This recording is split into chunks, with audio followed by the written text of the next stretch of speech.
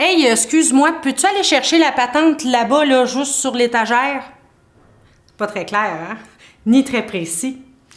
Comment ça se fait que des gens qui ont un vocabulaire super exact et hyper précis, ce qui fait en sorte que toute leur communication est limpide, et que d'autres, ben, c'est un peu moins le cas?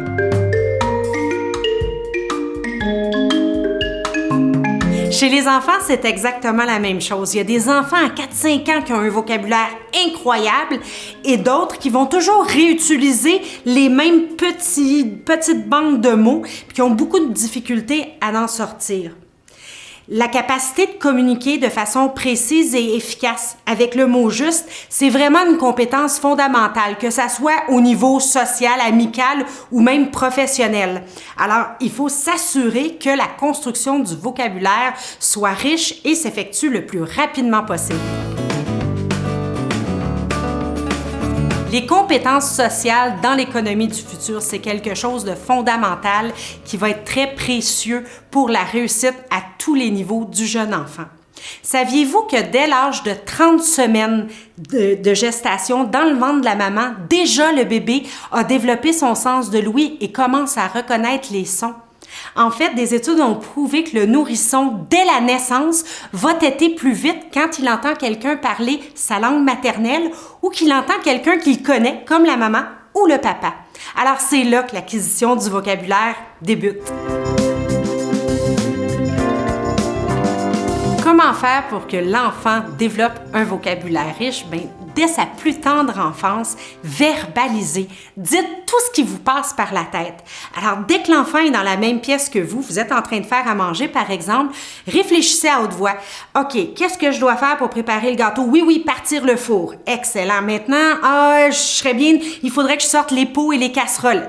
Et le verbaliser constamment. De cette manière-là, l'enfant entend un vocabulaire diversifié, des mots exacts et déjà, son cerveau commence à apprendre à utiliser un tel vocabulaire et évidemment à le comprendre. Parfois, la vie fait en sorte que l'enfant, quand il était très jeune, n'a pas été exposé à un vocabulaire qui est riche. Alors, ça fait en sorte qu'il n'a pas pu acquérir une richesse de mots puis une façon de s'exprimer de façon cohérente, amusante et précise. En fait, grâce à la plasticité cérébrale, il n'est jamais trop tard. Le cerveau est en mesure d'apprendre tout au long de la vie. Alors, c'est très important qu'à n'importe quel moment, quand on décide, OK, là, c'est un bon temps, je veux que mon enfant enrichisse son vocabulaire, mais c'est là que c'est le temps de le faire. Peu importe l'âge qu'il a, il va être en mesure d'apprendre à verbaliser de plus en plus efficacement.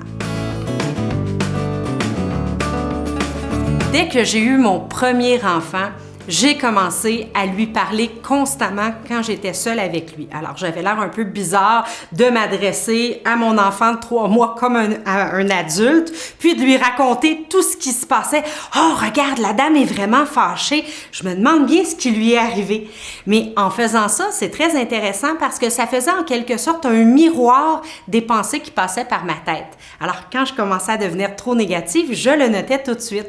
Alors, le fait de verbaliser pour l'enfant, pour enrichir son vocabulaire, mais ça a été en quelque sorte un outil de développement personnel pour moi parce que ça m'a permis de mieux clarifier mes pensées et de voir ce qui se passait dans mon flot mental. Tout le monde était donc gagnant.